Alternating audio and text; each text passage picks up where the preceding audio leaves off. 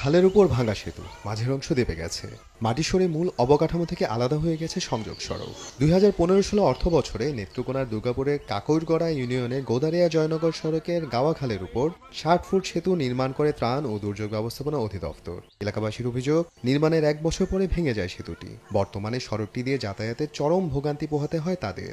বিশেষ করে কোনো কিছু পরিবহন ও যান চলাচল প্রায় বন্ধ। আর বর্ষা মৌসুমে খাল পারাপারে একমাত্র ভরসা নৌকা। এমনকি কোনো জনপ্রতিনিধি এ নিয়ে কোনো ব্যবস্থা না নেওয়ারও অভিযোগ তাদের। কইছে বুড়াবুড়ির পরেই কইরা দেলবো, কিন্তু এখনো তারা কোনো কিছু করে না। তবে উপজেলা প্রশাসনের দাবি, বন্যার কারণে 2020 সালে ভেঙে যায় সেতুটি। শিগগিরই নতুন সেতু নির্মাণের আশ্বাস সংশ্লিষ্ট কর্মকর্তার। ইতিমধ্যে প্রকল্প প্রস্তাবিত হয়েছে এবং অতি অল্প সময়ে এটা টেন্ডার হবে এবং অল্প সময়ে নির্মিত হলে মানুষের অনেক উপকারে আসবে, যাতে জয়নগর এবং গোদারিয়া যাওয়ার মানুষের জন্য অনেক প্রাণের দাবি। এটা মাননীয় সংসদ সদস্য এটা বাস্তবায়িত করবে।